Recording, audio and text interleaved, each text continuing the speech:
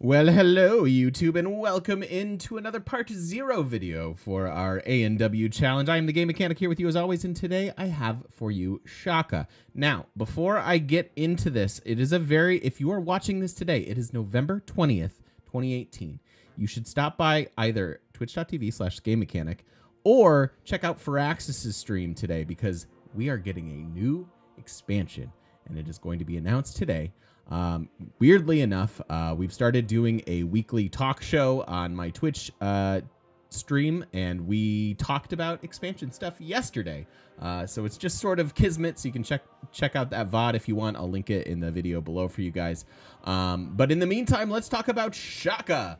Shaka is a really cool Rise and Fall leader. He is obviously iconic in the Civ franchise. Impy Rush is sort of a thing, just massive amounts of impies, and that is something that you can still pull off in Civ 6, which is kind of neat. He is very much a militaristic Civ, and that is how we will play them in the videos to follow. But let's talk about his abilities. Amabuto, or yeah, I think that's maybe how you pronounce it. I don't know, whatever.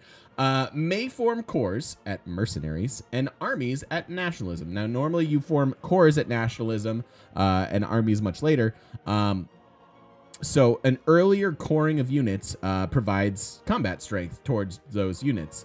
And it makes them generally stronger. Your overall military prowess goes down a little bit, but pound for pound, coring and armying your units is a good idea in Civ 6. In addition to the normal combat strength granted by coring up a unit, you will get 5 additional. And that's really, really good. That means he has a gigantic power spike at mercenaries. Now, mercenaries typically times out with knights, which is maybe the preferred way to play him. But if you don't have access to iron or strategics that you're looking for, an Impy Rush is absolutely viable. So you want to get to mercenaries, get your discount card on your upgrades, and Impies are super cheap. So that is a very good ability. And I want to note, while we're talking about it, I've redone my rankings, and the new ranking system is out of 7, which allows for a more fair assessment of some of these abilities. It's weird because Amabuto and Impy I have to kind of rank the same. But really the Impy should be a little bit lower than the ability, because the ability is actually quite good. Isibongo is also super cool, especially for militaristic kind of games. Cities with a garrison unit get +3 loyalty per turn, or +5 if it's a core and army. So conquering cities and then holding them can sometimes be challenging. Much easier with Shaka, because you basically get free loyalty. You'll conquer the city, fortify for a few turns while you build up your loyalty, and then move on with your life. It's actually a very useful ability, extra loyalty with a garrison. Conquering a city with a unit will upgrade it to a free core army. So once you get to mercenaries and you upgrade all your units, if you're brave enough to send them in without coring or arming them up, you can start to get a bunch of basically free units, free cores, free armies.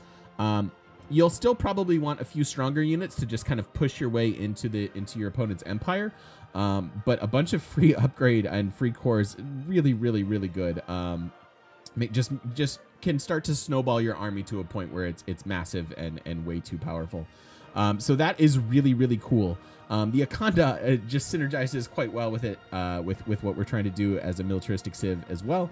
The Akanda is a unique encampment, so it builds in half the time per all unique districts, and provides 1 extra housing. That's kind of nice. It's a nice little free benefit. As with all militaristic games, you're not going to want an encampment probably in every single city, but in your first couple, it's pretty sweet, and allowing them to get a little those cities to get a little taller is nice. And then cores and armies can be built outright, which is great. So you don't have to wait for the buildings that allow it. And then you can also train those units more quickly. So again, you just kind of build up and steamroll and just create a massive army and overwhelm your opponents that way. The Impy isn't my favorite unit, but it is actually functional. Again, if you don't have strategics and you're just kind of sitting here going, I'm Shaka and I don't have the ability to kill anything because I don't have units. The Impy is actually a reasonable unit. It's not my favorite. It's actually a pikeman. They're generally better on the defense than the offense, but they are so dang cheap that you can make it work. They're more of a stopgap measure. But they level up pretty quickly. They get extra flanking bonuses, so they're reasonably strong. And they're so cheap. Upgrading them, like spearmen, upgrade into them. So yeah, they're not a bad unit. Again, I'd prefer knights if you're trying to hit that mercenaries power spike. If you have knights, then you're in pretty good shape. But the Impy is a fine unit as well. So again, stop by the stream today, or at least check out what Fraxis is up to. We don't know anything. We spent all yesterday speculating on stream about it. I'll link that video in the stuff below if you guys want to check that out. But stop by twitch.tv/GameMechanic. Come say hi to us in person on the internet. Thanks for watching, everybody.